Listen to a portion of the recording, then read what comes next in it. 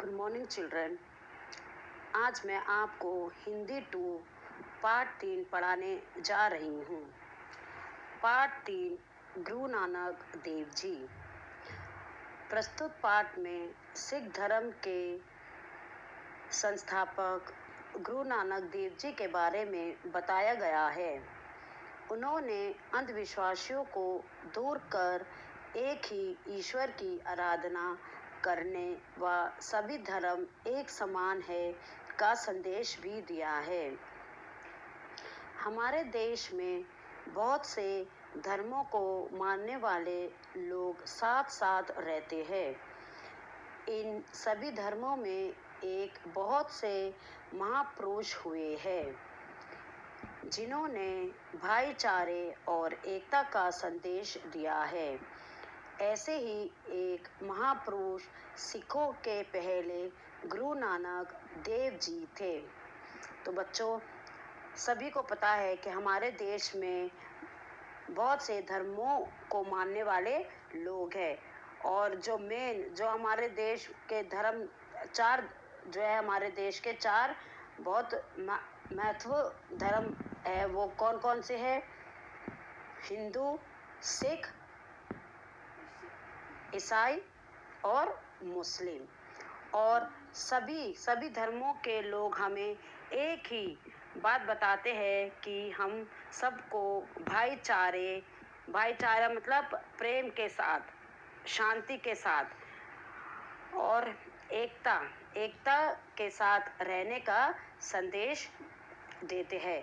पहले के लोग भी, हमारा धर्म चाहे कोई भी हो, हम किसी भी धर्म के हो, पर हम सबको एक साथ रहना है, भाईचारे के साथ रहना है और आपस में सबका साथ देना है।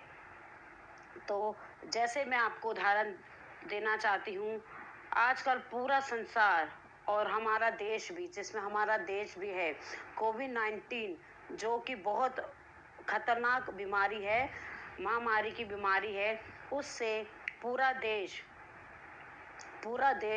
एक होके उस बीमारी का सामना कर रहा है। एक होकर मतलब एकजुट में रहकर पूरा देश उस बीमारी का सामना कर रहा है। इसीलिए आज भारत के लोग जो है वो है, तो काफ़ी लोग बीमार हो रहे हैं, पर फिर भी हम अपनी एकता में हम एक साथ हैं। इसीलिए उस कोविड-19 को हमें हराना है। ऐसे ही एक महापुरुष सिखों के पहले गुरु नानक देव जी थे, जिन्होंने हमें साथ में सारे धर्मों को लोगों को एक ही बात समझाई है, बताना चाहा है कि सभी लोग कोई भी धर्म के हो, सबको एक साथ प्रेम के साथ और एकता के साथ रहना चाहिए।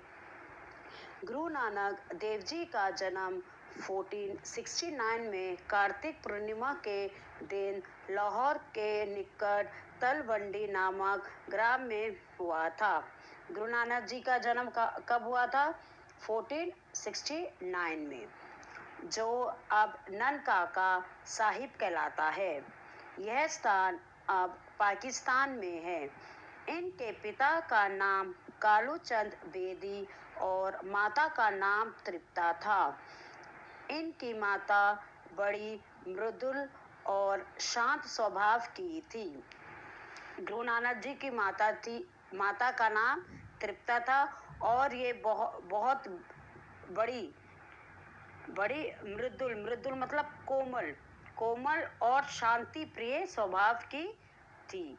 नानक पर इनका विशेष प्रभाव पड़ा था। जो भी आज के देश में जो नानक जी हमें इस कहानी के मुताबिक नानक जी जो हमें संदेश देना चाहते हैं कि भाईचारा और एकता में रहो, वो किसके कारण? अपनी माँ के कारण। उनकी मम्मी का स्वभाव था कोमल और शांति का स्वभाव था, जो वो नानक जी पर उसका बहुत असर पड़ा था। इनकी बड़ी बहन का नाम नानकी था, क्योंकि वह नानक के घर में पैदा हुई थी। इनके नाम पर लोग इनको भी नानक कहने लगे।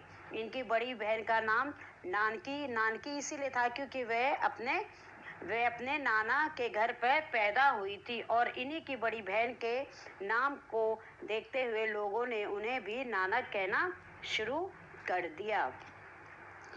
नानक जी बचपन से ही साधुओं की तरह बैठते और उन्हीं की तरह बातें करते थे। वे बचपन से ही साधुओं की तरह बैठते थे, जैसे साधु लोग बैठते हैं, बातें करते हैं, मनन चिंतन करते हैं, विचार करते हैं, वैसे ही वो उनकी तरह बैठते थे और उन्हीं की तरह बातें करते थे। जो भी वो बोलते थे साधु लोग, तो आप सभी को पता है कि क्या क्या विचार होता है उन्हें, और क्या कैसे अच्छी अच्छी बातें वो हमें सिखाते हैं या हमें बताते हैं। तो ऐसे ही गुरु नानक जी भी साधु की तरह बैठते थे और उन्हीं की तरह बातें करते थे।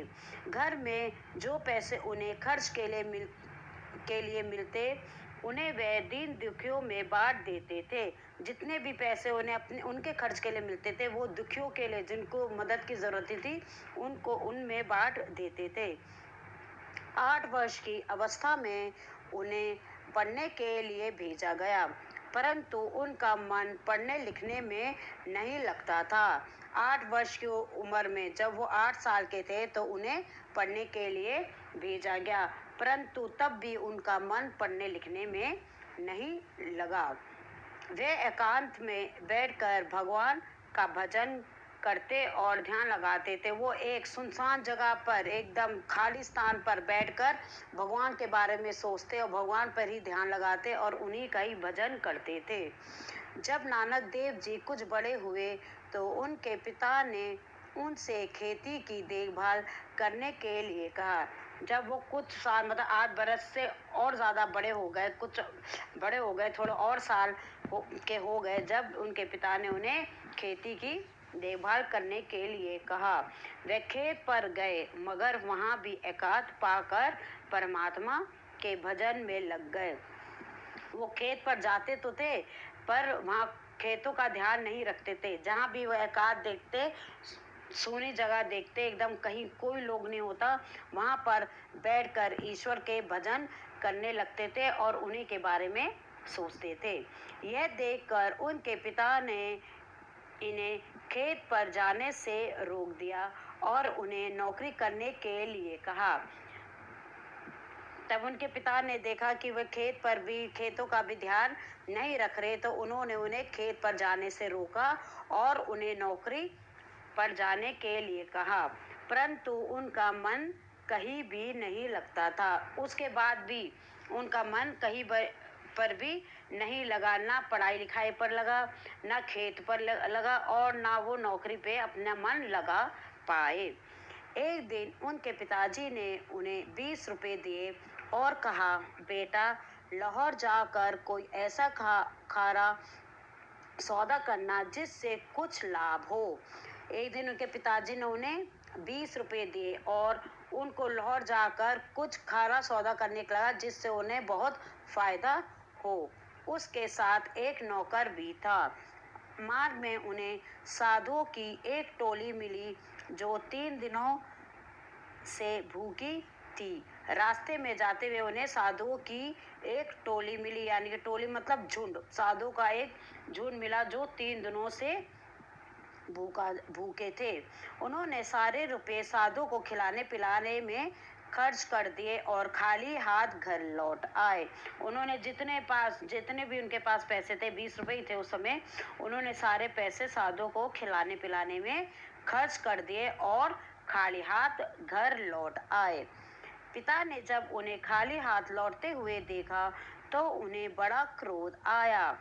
उन्होंने नानक देव जी को बहुत डांटा, परंतु उनके व्यवहार में कोई परिवर्तन नहीं हुआ। थोड़े दिनों बाद उनका विवाह कर दिया गया। जब पिता ने देखा कि बेटा खाली हाथ लौटकर घर आया, तो उन्होंने नानक देव जी को बहुत डांटा। क्योंकि उनको गुस्सा आ रहा था कि 20 रुपए दिए, वो भी कुछ कमाए बिना, कुछ 20 रुपए भी गए और कुछ फायदा भी नहीं हुआ और वो खाली हाथ लौट आए। परंतु इतना डांट खाने के बाद भी नानक जी के स्वभाव पर कोई भी बदलाव नहीं आया, तो पिताजी ने उनका विवाह कर दिया। उनके श्रीचंद और लक्ष्मीचंद नाम के दो पुत्र हुए। उनके दो पुत्र हुए, श्रीचंद और लक्ष्मीचंद। नानक जी का मन अब भी गृहस्थी में नहीं लगता था। वे अपनी सारी कमाई दूसरों की सहायता में खर्च कर देते थे। नानक जी जो थे, उनका मन गृहस्थी में भी नहीं, मतलब अपने परिवार पे भी नहीं लगता था, और जितना वो कमाते थे वो दूसरों की सहायता में ही खर्च कर देते थे। इससे घर गृहस्थी चलने में बड़ी कठिनाई होती थी। उनकी पत्नी ने उन्हें बड़ा समझाया, परंतु उन पर किसी भी बात का असर नहीं होता था। उन्हें सारा खर्चा जो भी वो कमाते थे वो दूसरे लोगों में, मतलब जो भी मददगार होंगे, जो भी मदद के लिए जिसकी ज़रूरत होती थी, वो उन्हीं को दे देते थे। सारा खर्चा उन्हीं पर खर्च करते थे, गरीबों पे, जिनको ज़रूरत है, ज़रूरतमंदों पर। और यही देखते हुए उनका घर भी चलने, बहुत कठिनाई के साथ उनका घर चलता था। उनकी बीवी को बड़ी मुसीबत होती थी घर चलाने पर भी। उनकी बीवी ने भी, उनकी पत्नी ने भी उन्हें बहुत समझाया, पर उनके समझाने का भी नानक जी पर कोई असर नहीं होता था या हुआ। तो बच्चों, पाठ को मैं अभी यहीं तक समझा रही हूँ। आप लोग इस पाठ को फिर एक बार, जहाँ तक मैंने पढ़ाया है वहीं तक एक बार एक पाठ को पढ़ना है। और आज का गृह कार्य, आप लोग पाठ का नाम लिख के गृह कार्य, अपनी तिथि लिखना है, गृह कार्य लिखना है, पाठ का नाम लिख के। आज का आपका गृह कार्य है शब्द अर्थ, और लिखाई पर प्लीज़ अच्छे से ध्यान देना। Thank you and have a nice day.